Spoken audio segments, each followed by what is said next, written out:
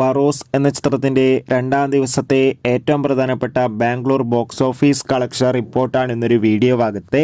വീഡിയോയിലേക്ക് മുൻപ് video like ചെയ്യുക, ചാനൽ സബ്സ്ക്രൈബ് ചെയ്യുക.